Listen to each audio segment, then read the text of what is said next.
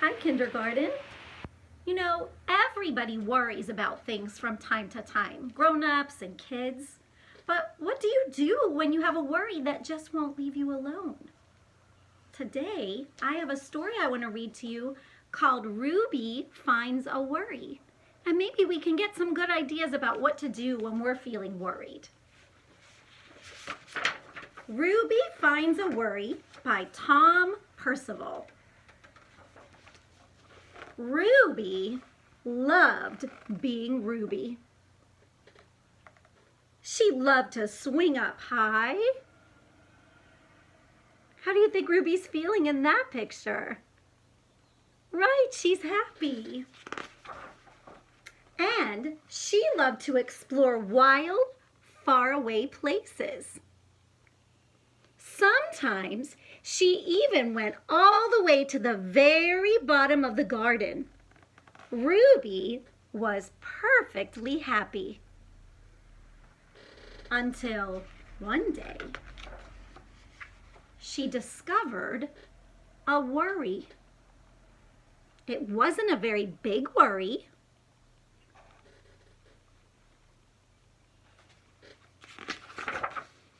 In fact, it was so small that at first Ruby hardly noticed it.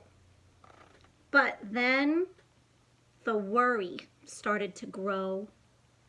Each day it got a little bit bigger.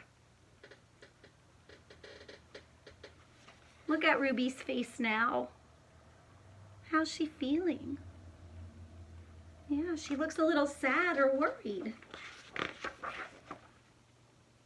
That worry just wouldn't leave her alone. It was there at breakfast, staring at her over the cereal box. And it was still there at night when she brushed her teeth. What's happening to the worry? It's growing, isn't it? The funny thing was that nobody else could see Ruby's worry, not even her teacher. So Ruby pretended that she couldn't see it either. So she's just trying to ignore her worry, isn't she? Oh my. She tried to carry on as if everything was normal, but it just wasn't. Look how big that worry is getting. The worry was always there, stopping her from doing all of the things that she loved. Remember at the beginning when she was swinging on the swing and she was so happy?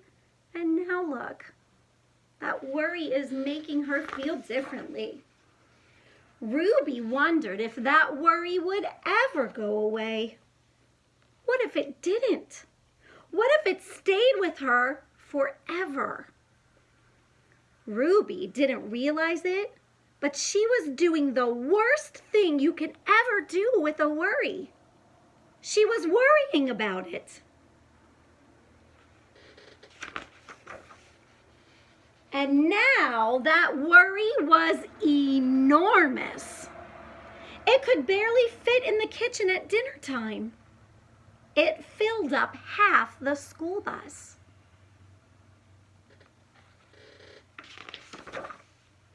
And it took up whole rows at the movie theater. The worry became the only thing that Ruby could think about, and it seemed like she would never feel happy again.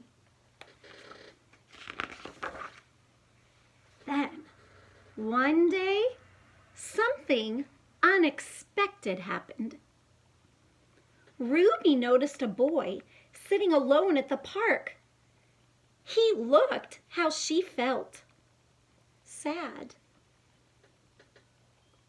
And then she noticed something else, something hovering next to him.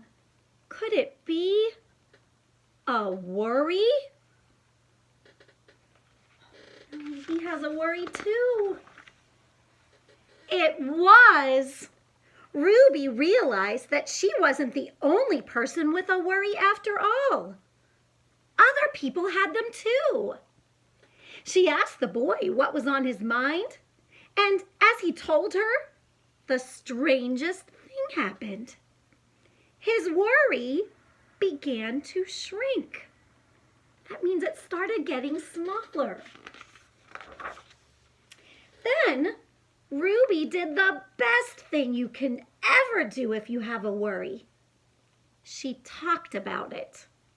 And as the words tumbled out, Ruby's worry began to shrink until it was barely there at all. And soon, both of their worries were gone.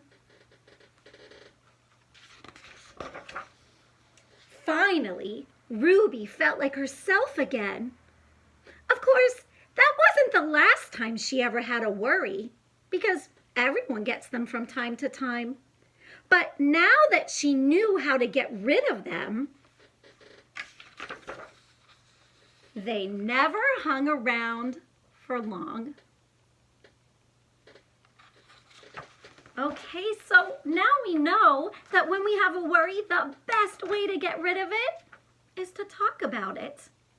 And even though we can't see our worries the way that Ruby did, we know that they're there sometimes. So just find somebody and talk about it.